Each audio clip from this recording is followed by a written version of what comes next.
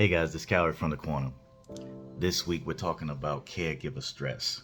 And I'm going to do it again, just like we did for Cancer Week last week. Caregiver stress, my story.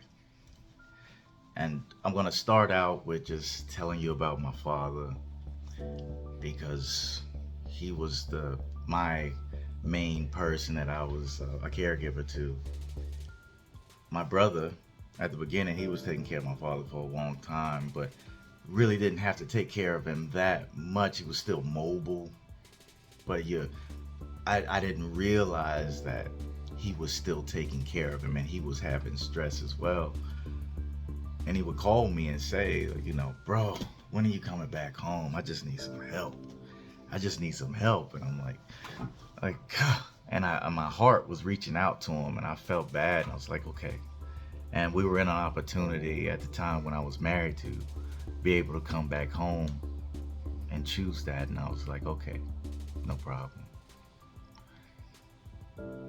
When I got back home,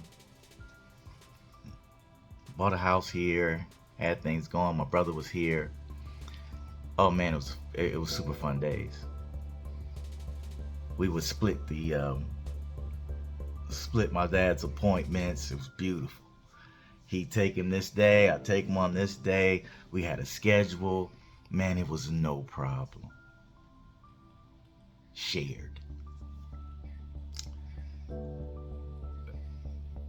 And I was only here. I was with my brother for 30 days doing this process, back and forth, getting Pops, because Pops just, all of a sudden he got old around 84. It's so weird. Where now he needed a walker, or I had to get him one of the chairs for the shower so he could sit down. You have to do special things, make sure he doesn't hurt himself. But all of that was cool because he was still young, 84. 30 days later, my brother was kidnapped and murdered.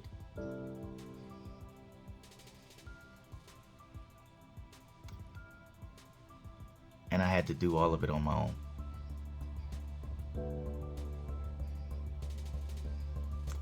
Along with my brother being murdered, I was in the process of going through a divorce.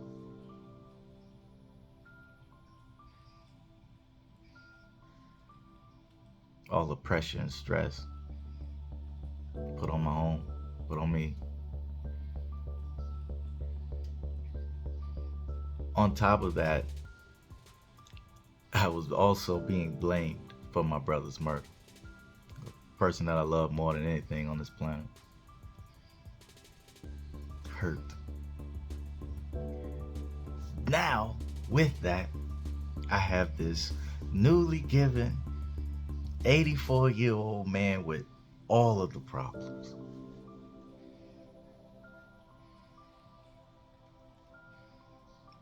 My dad had skin cancer, head cancer, prostate cancer,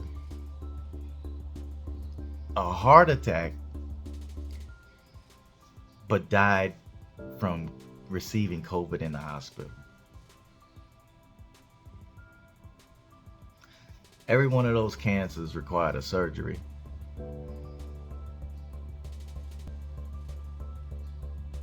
And that surgery required a process of healing and also limitation that just comes with being old.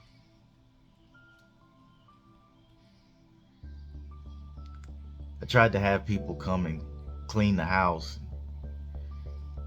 Pops got upset because they moved his stuff, put it in a different spot.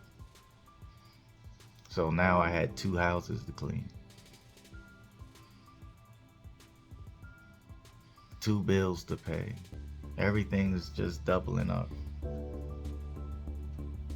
I was trying to keep him comfortable because I love him.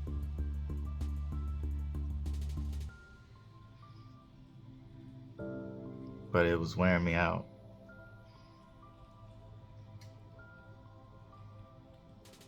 I remember first time he had surgery, just little skin surgeries, and they were cutting pieces out and hoping that he was good to go. And Pops, man, I love that dude, man. He's funny. I always thought, like, man, he's never gonna die. This dude, like, cancer is like nothing to this dude, man. He just wins. Pops always wins. Probably be old forever. But then I started thinking, like, man, if he's old forever,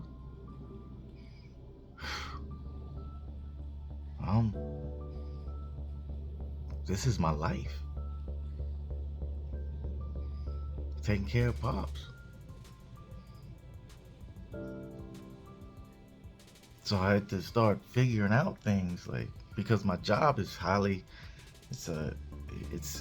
it's a high-paced job, and when what I do with social media is very high-paced moving. I had to figure out everything, so I started putting a schedule together. That's the only thing that kept my sanity, putting a schedule together. This is what I have to do here. I cook at this time. I feed Pops at this time. I do this at this time. And I kept a schedule. But my job, because of how I worked, I would have to travel.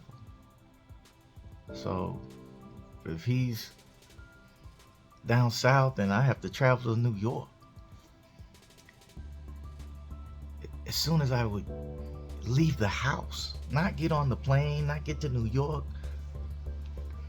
I would leave the house, just put my bags in the car. I have meals set up in the refrigerator. I've cooked.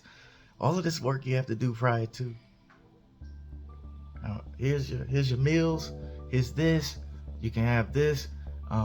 Make sure you drink water. Here's your water thing. Blah blah. Here are your little drinks. So when you get hungry, everything's set up. Pop.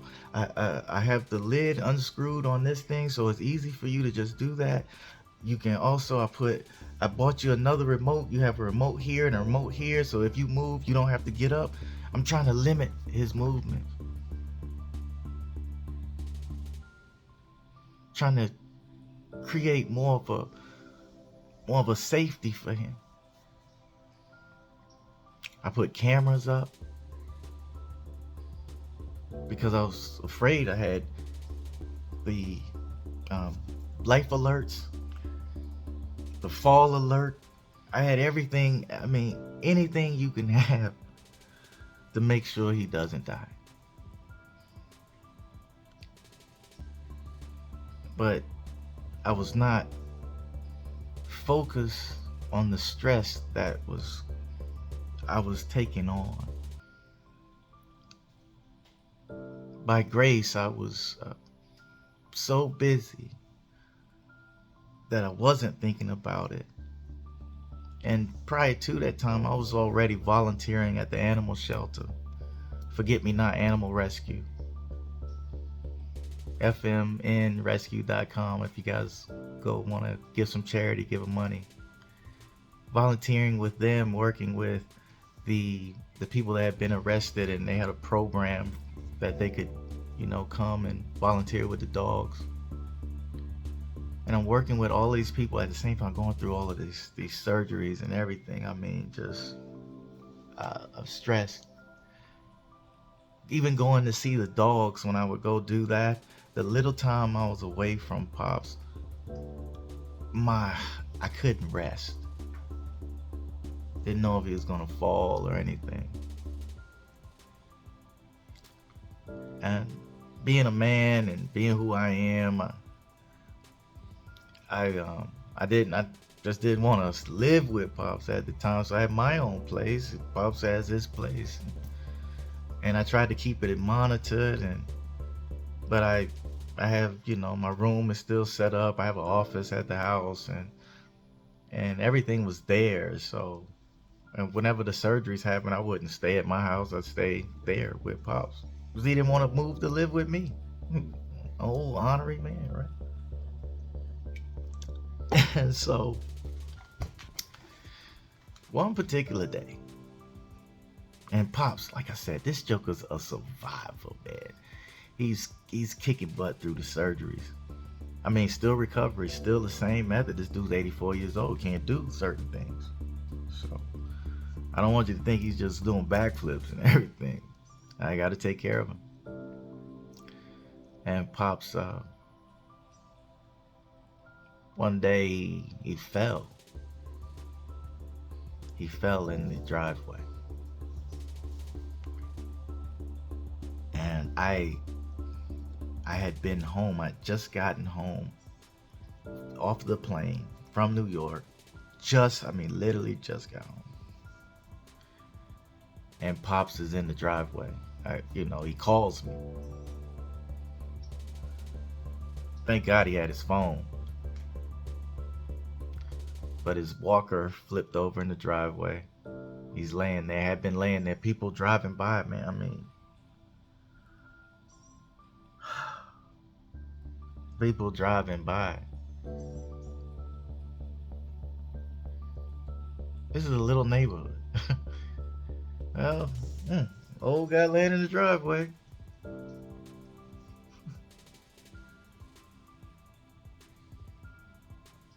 And he says, Pops is like me. Even though you're down, he doesn't make you realize how bad it is. So he's like, hey, Kauri. I'm like, yeah, Pops, what's going on? Just got home. Getting ready to come over there. Well, would you mind hurrying up? Like, this dude kills me, right? I'm like, okay, I'm on the way, Pops. He goes, well, I'm laying here in the driveway. I fell. And it'd be nice if somebody came and picked me up.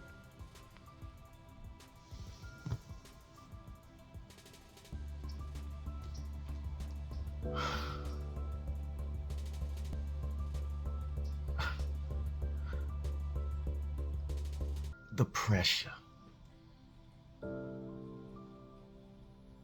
Because I have a heart. Even though, I might be a tough dude, but I have a heart.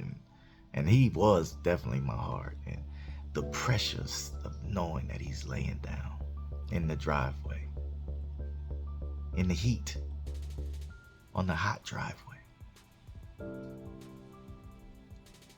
I jump in the car, man. I'm hauling butt to get the Pops. Didn't care about any speeding tickets, didn't care about anybody's safety. I was only concerned about getting to the one I love.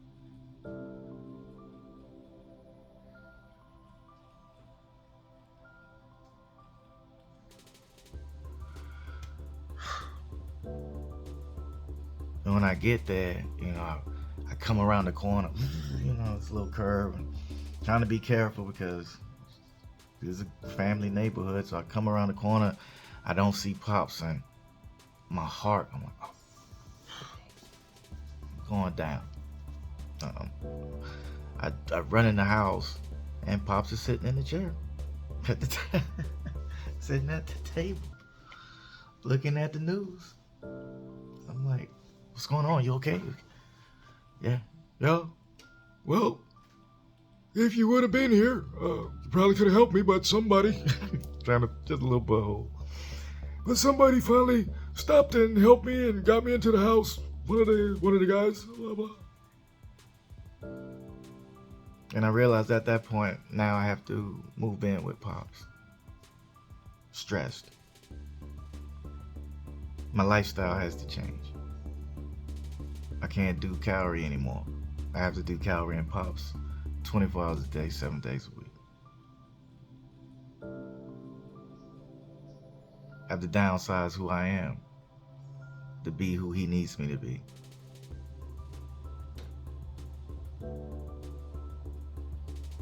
Stress. And a lot of people don't know caregivers think like this or put in positions where they have to be somebody else. They have to be that person and themselves now. They don't get to go out and go to the club and party. All my friends and cousins, they call, well, you need to get out. You need to do this. I can't. You should go on this trip. I can't. have responsibilities.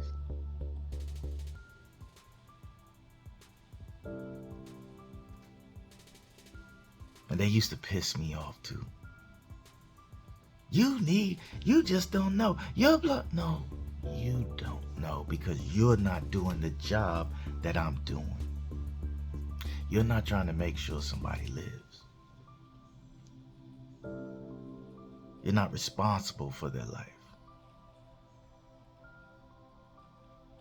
You haven't taken responsibility for it. I have had to, and I'm here. This is how we do it. And I felt so alone. You feel so alone in these moments. You feel in your mind like there's all these people around me that's supposed to be my friends, but nobody's helping take my dad to the hospital. Nobody's picking up the medicine. Nobody's standing in the long pharmacy line.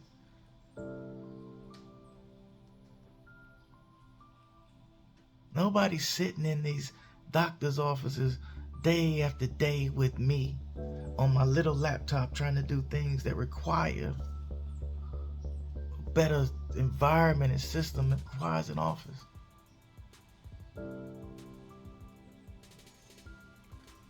Crazy part about being a caregiver, nobody really talks about this, but I'll put it out there. A lot of times they don't realize how cruel they are to you, how mean. And a lot of times we don't realize as the caregiver, like we get upset about their cruelty, we get upset about their meanness because we're so alone in what we're doing trying to help them. So it's like this little volatile war that nobody talks about.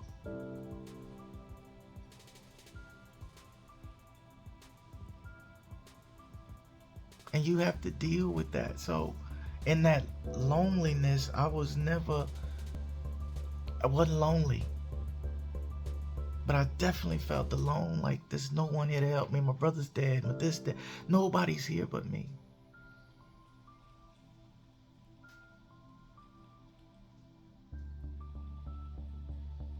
And I refused to go down the rabbit hole of depression on it because I knew I kept my vibe high. And it was very difficult. 4 years. Some people have been doing this much longer than me. 30 years.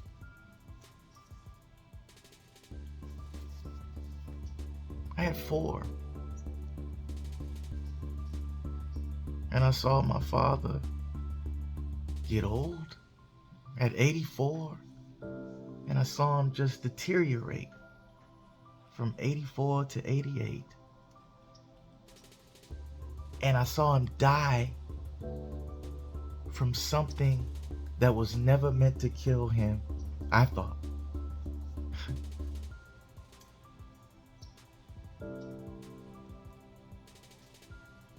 And I started giving my time. Like I said, I never stopped going to the animal shelter. I kept that going because that was life for me. That was life for other people, life for the animals. And it brought me hope. I've played Santa Claus for the past 3 or 4 years, I think. I have videos to prove it. It's out there. I have videos of my father's time of death. That's out there. That was only 2 weeks that people saw of my life being a caregiver. And that was at the hospital bed where other people were giving him care. Not the full care that I was giving outside of that bedroom, outside of that hospital. The full stress. I was aggravated.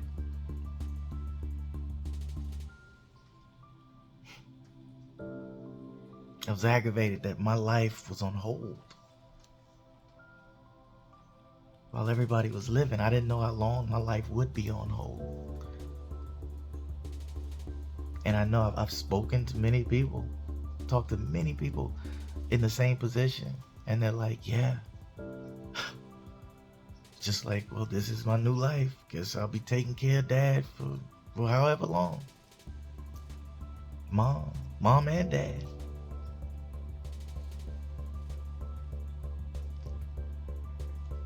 Well, I started creating a schedule.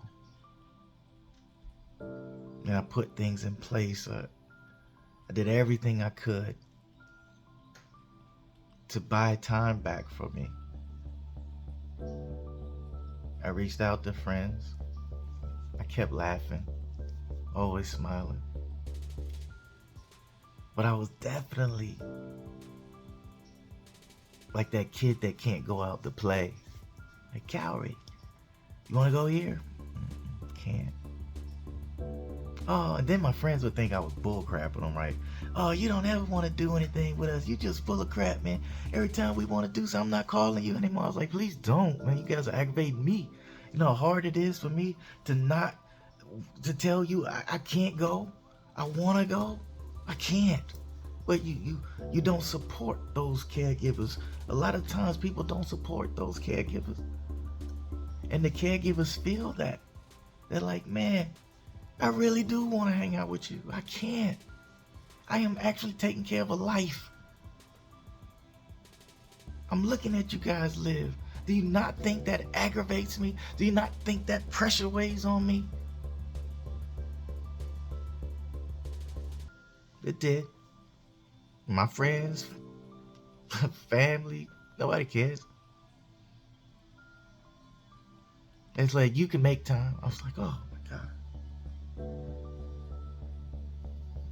If I could make time for another man, I would have not made cancer. You know, I would have made a cure. I would think about things. I'd be so aggravated. And then the other thing, when you get to a point, different points in being a caregiver, because the reason you're there to give care is because they can't care for themselves. And depending on where they are or what's going on or in their history, and death could be right around the corner.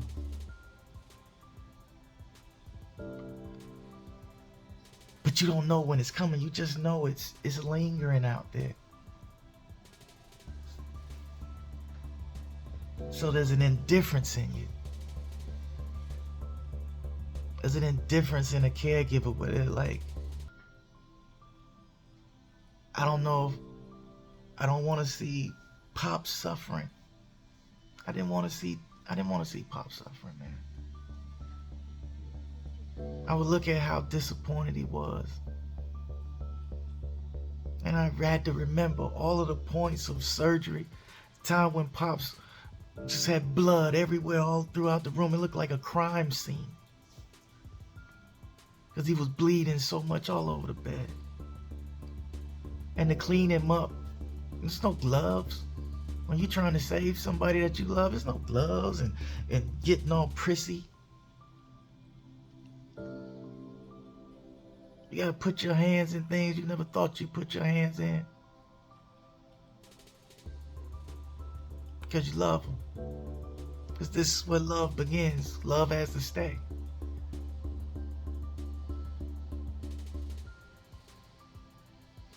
It's hard. I wonder every morning. I walk past Pop's room and see him laying in the bed, and you wonder,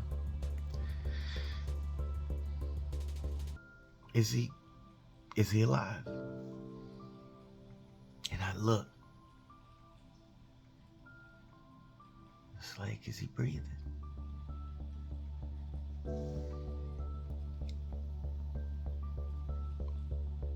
Because he was so small and had been through so much, his breath was shallow, even in his rest. Sometimes he'd shoot out a snore. And I'm like, oh, okay, good. He's alive. Then I'll go about my day.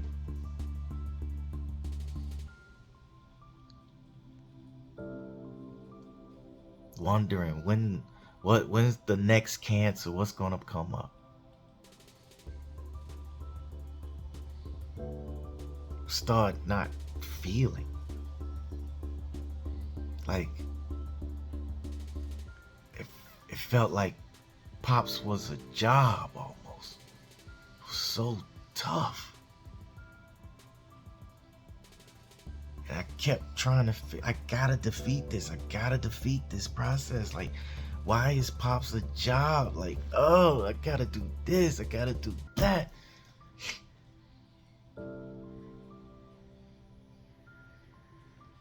And then I started making it fun.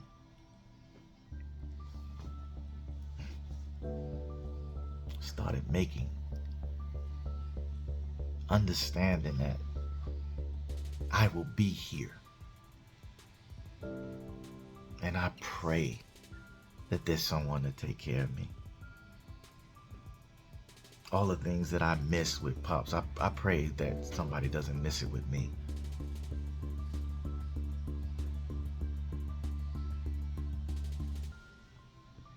You know, I remember sitting there one time, I was with Pops, and he says to me, he was always on some stupid crap, real funny crap, and he says, hey Kauri. I'm like, yeah, Pops. You know, Mom lived to be 92 years old. And so I figure I'm going to live to be 92 years old. Oh, I guess you'll just have to drive me around. I'm like, what?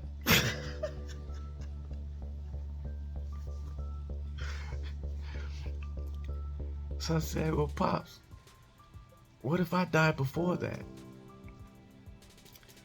And Pops it was crazy. This dude got kind of angry. Like, it was like, and he was, no, you can't die before me. You can't do it. I was like, and he got pissy. And this was the thing about Pops, when he would get pissed, he had a walker, man. Like, when you say something foul, you turn around, you kind of walk out the door. Well, he'd say something foul, but then he's got to walk real slow, and it clicked. It was like, so it's like, man, I just started laughing at so many things that he would do and say. But they had a reality to it, like, man, Pop, 92 years old, that's another, man, if Pops lives to 92, okay, how can I adjust the shopping? How can I adjust this? Okay, you know, do I need to get a ramp, something so he can get outside?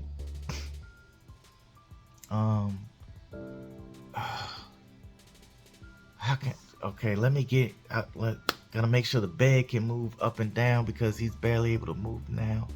Wheelchair, stress. So once again, how did I get out of my head? How did I get out of my head of this caregiver stress? How did I get out of my head that my life is changing? I can't do. How do I get out of my head before I lose my mind?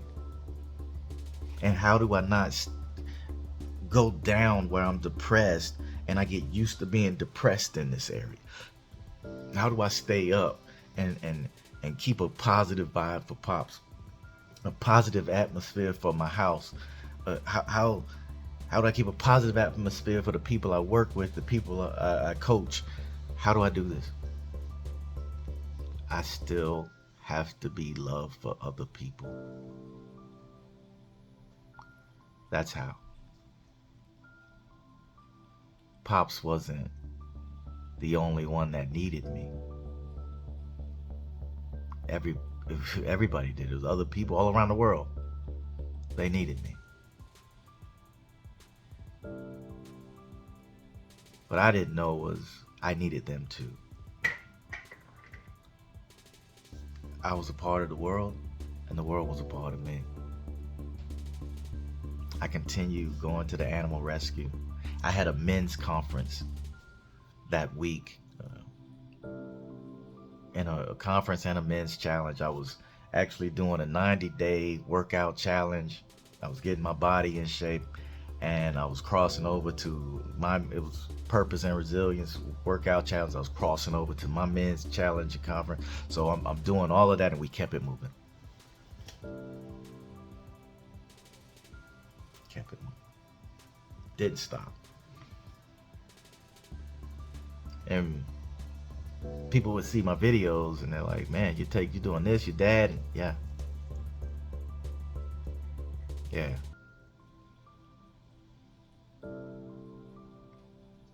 Because I knew that I was loved. I didn't need to have people love me. I still needed to love other people. I needed to show them how to forgive other people, how to forgive the people in the hospital when they don't take care of your father, how to forgive them when he dies of COVID instead of a heart attack or all the cancers that he's been through, how to live in a higher environment, how to keep my father living instead of dying, telling his story like I'm telling it now. My father lives online in the internet. He lives throughout all over the world. I still get messages sometimes, I guess if they view my reels or something on Instagram, where they'll say, my condolences. And it's been about 3 months now.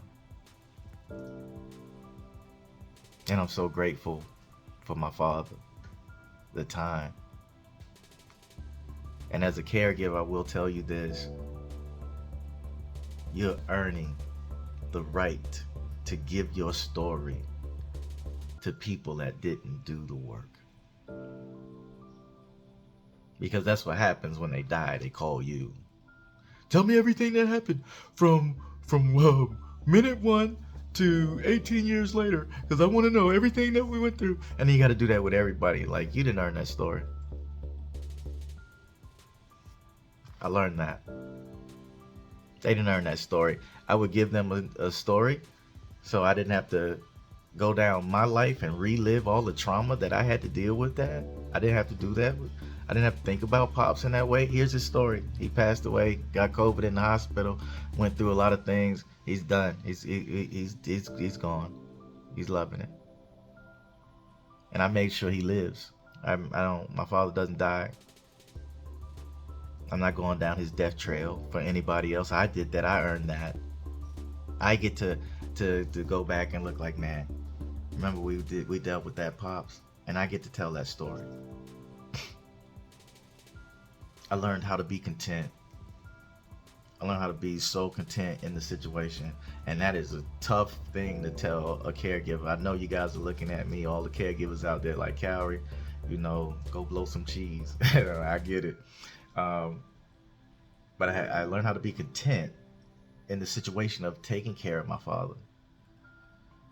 And I started making time for myself.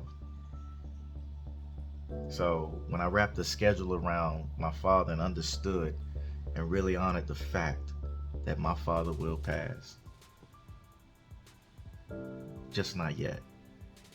And that I didn't own the time of his passing because that was stressing me out. I didn't own the time where I wouldn't be fully engaged in Pops and what he would do. I had to become a leader of that care. I had to become a leader of the time I was giving Pops. I had to become his father. As a phrase, it's old phrase. It says the father becomes the son and the son becomes the father. It is so true. And that's what I had to do with Pops. And telling my story to everybody, telling my story to you guys, trying to, helping you understand that there's a level of stress that you can't even explain to other people when you're a caregiver. They will not understand. Their selfish nature and their cruelty of selfish nature can aggravate you or tickle your ego to a point of anger. And I like to tell you, like, please be careful. Please be careful and fall into a line of contentment. Figure out how to give your just some of that time somewhere else where your mind is helping somebody else in a totally different way. Me, I did it with animals and dogs. I mean, you could do it with your neighbor. Go ask them to mow their grass. I mean, I know that might have been a stretch for some people, but hey, go do something to help somebody else too. And understand your talents and your abilities as a caregiver. You were selected to be a caregiver. You were selected because of your heart. It's not a lot of people.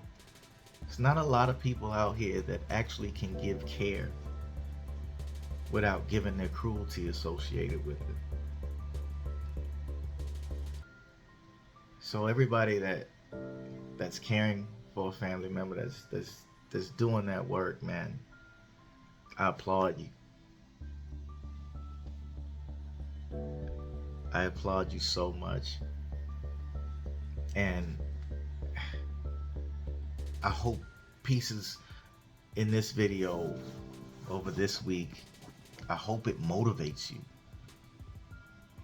And reach out to other caregivers in your lane, in your arena, where my arena was caregiving of a parent. So some people, like, they're caregivers of hospital. I did that too, but my actual issue was giving care to my parent. So I had friends that were giving care to their parents, and we talked, we had conversations, and we strengthened each other. We sharpened each other's iron to help each other deal with the fight, to deal with, you know, the things that are going on in your head that other people might look at as malicious, where this is just how life is. Yes, I had to wake up. Well, in the morning, I would look in at my pops and look at him. Is he breathing today? That happened. But a lot of people don't think about that. You don't think about waking up and seeing if your kids are breathing today. That's not a worry. But it sounds kind of morbid, doesn't it? I had to look in the room. I just look in the room every day to see if they're breathing. That's what we have to do. That's what I had to do. It wasn't a fun road.